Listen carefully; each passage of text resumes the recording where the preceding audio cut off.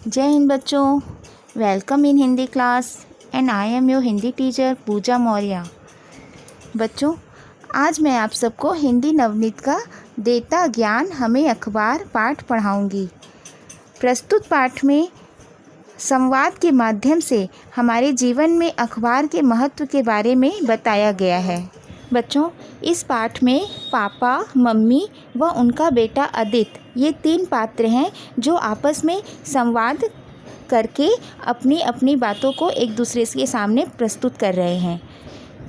अब हम शुरू करते हैं बच्चों। देता ज्ञान हमें अखबार। रविवार का दिन था। आदित्य थोड़ी देर से जागा। उसने देखा बाहर बरामदे में पापा और मम्मी चाय की चुस्कियों के साथ अखबार पढ़ रहे हैं। आदित्य पापा के पास गया और उन्हें शुभ प्रभात कहा। पापा ने मुस्कुराकर प्यार से उसके सिर पर हाथ फेरा और फिर अखबार पढ़ने लगे। आदित्य ने पापा से पूछा, पापा आप रोज़ सवेरे अखबार क्यों पढ़ते हैं? क्या अखबार पढ़ना बहुत ज़रूरी है? पापा ने उत्तर दिया, बेटा अखबार में बहुत सारी ऐसी जानकारियाँ होती हैं जो हर किसी के काम आती हैं। इससे ज्ञान के साथ साथ मनोरंजन भी मिलता है। आदित्य फिर पापा से पूछता है, और जो लोग पढ़ना नहीं जानते उनका काम कैसे चलता है? पापा बताते हैं, जो लोग नहीं पढ़ सकते वे दूसरे लोगों से कई बार पूछते रहते हैं कि अखबार में क्या छपा है।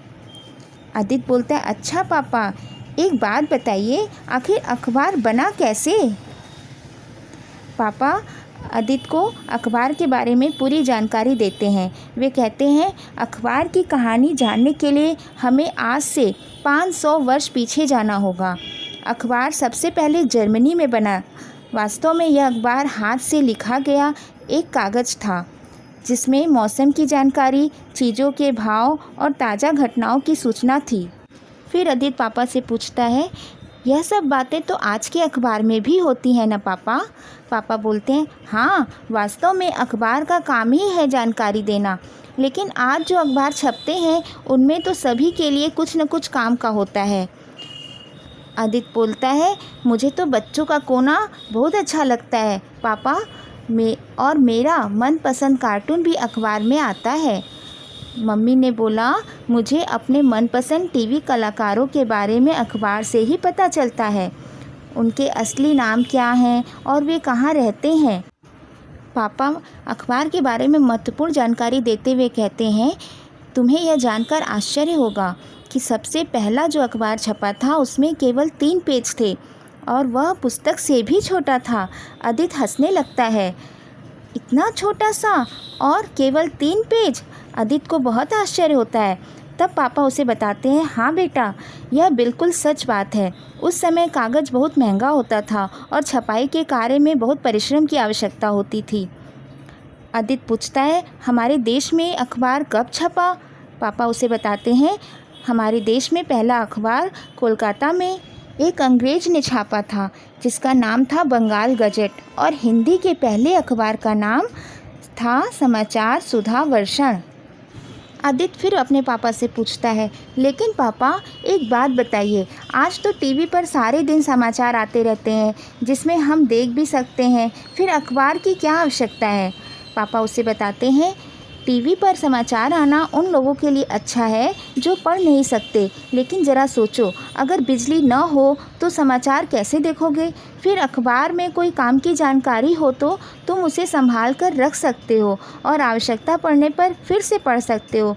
टीवी में तो ऐसा नहीं कर सकते। आदित्य खुश हो जाता है और कहता है, आप सही कहते हैं, यह तो मैंने सोचा ही नहीं था। पापा उसे बताते हैं, तुम्हें पता है आज हमारे देश में 40,000 से भी ज़्यादा अखबार छपते हैं, वह भी अलग अलग भाषाओं में। आदित्य बोलता है, पापा अखबार तो सचमुच बड़े काम का होता है, मैं भी अब रोज़ अखबार पढ़ूँगा।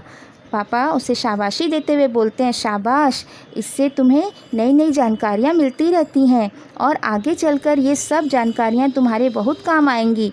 खबरों के साथ साथ लेख पढ़ने की भी आदत डालो।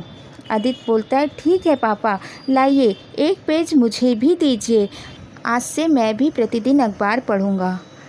आदित्य ने तो प्रतिदिन अखबार पढ़ने का निश्चय कर लिया, लेकिन बच्चों आप सब भी यह निश्चय करिए कि हम भी रोज़ अखबार पढ़ेंगे। धन्यवाद बच्चों।